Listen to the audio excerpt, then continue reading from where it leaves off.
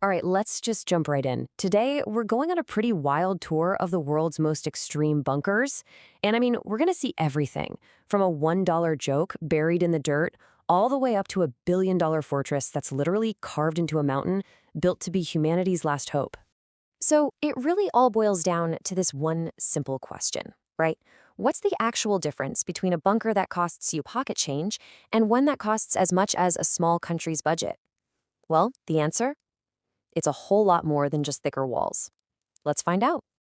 And we're going to start at the absolute bottom. I mean, the bottom of the barrel. Our first stop is so comically bad that it honestly sets the stage perfectly for everything that comes after. That's right, $1. This first so-called bunker costs one single dollar. And you know what? After you see it, even that feels like you overpaid. So what does a dollar actually get you? Well, it gets you a damp, rusty shipping container that's been shoved into a hole. The walls are already caving in, and it genuinely looks like it's been hit by the very bomb it's supposed to protect you from. This thing is less of a shelter and more of, like, a pre-dug grave. And that's pretty much it. You take a quick look inside, a few steps, and yeah, the tour is over. It's so unbelievably useless that the only logical thing left to do with it was to immediately blow it up for fun. So yeah, so much for our $1 investment. All right, let's leave the jokes behind and jump into the world of serious survival. We're now looking at $1 million structures that were originally built for war, but have since been repurposed for a very different kind of peace of mind. And this is a massive price jump. We're going from $1 all the way to $1 million to see a former military installation that has been completely transformed. What you're looking at is a converted missile silo. Now, think about that for a second.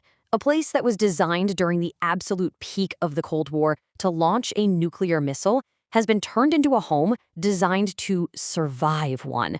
It's the ultimate act of turning a sword into a plowshare, right? Taking this symbol of global annihilation and turning it into a personal safe haven. The engineering in here is just incredible. You get in through a 7,000-pound blast door, but the real genius is that the entire living space is suspended on 8 massive springs. So if a bomb hits anywhere nearby, the whole structure just sways instead of shattering. It goes 5 stories underground and even has its own private club. Okay, so let's see how things evolve from here. For our next stop, we're tripling the price to $3 million for a bunker that takes a completely different approach. This isn't some old military conversion. This is a custom-built, private fortress. This bunker is hidden under a totally unassuming shed in a regular-looking backyard. But its value, it isn't just the concrete and steel. That $3 million price tag comes from what's inside. See, the owner is a YouTuber and an inventor, and he has filled it with a personal collection of some of the most insane homemade gadgets you can possibly imagine. This isn't really about surviving a nuke. It's about defending against a very different kind of apocalypse. Other people. The security system here is on another level. I'm talking a backpack flamethrower, a wrist-mounted rocket launcher, and even a belt made of spinning knives. This bunker is a testament to radical self-reliance, or maybe just a love for building wildly dangerous toys. It's less of a shelter and more of a real-life evil genius lair, which definitely makes it the worst place in the world to try and rob. Okay, so we've seen functional and we've seen dangerous. Now we are entering the realm of the absurdly luxurious. These aren't just bunkers for survival. They are designed for long-term, high-end living for when the world outside is, well, gone. So here we see 2 totally different philosophies on how to live underground. On one side, you've got a $30 million underground skyscraper. It's basically a communal, self-sufficient town built vertically.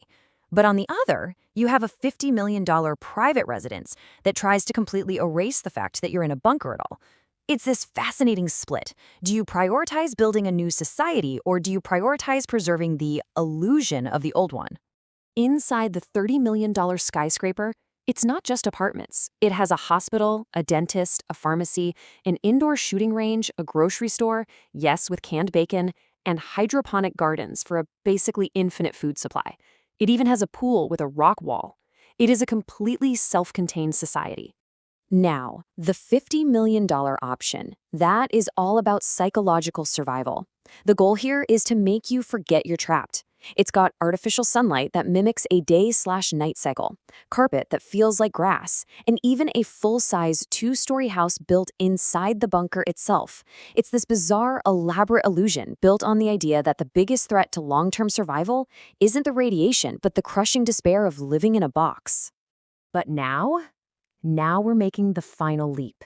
We're going from private luxury to national security. This final bunker has a budget and a purpose that makes everything else we've seen so far look like a child's toy. $1 billion. That's the price tag for the Cheyenne Mountain Space Force Station. This isn't just a bunker. It is one of the most secure facilities on the entire planet. The layers of defense here are just staggering. First off, it's buried under 2,000 feet of solid granite. The entrance is guarded by the Space Force. If you somehow get past them, you have to face two separate multi-ton blast doors designed to withstand a direct nuclear hit. And just like that million-dollar silo, the entire city-sized complex is built on giant springs to absorb any kind of shockwave. This place is so secret that huge parts of it, including the basic layout, are completely classified. You legally cannot film or show them. And I mean, that alone tells you everything you need to know about the level of importance we're dealing with here.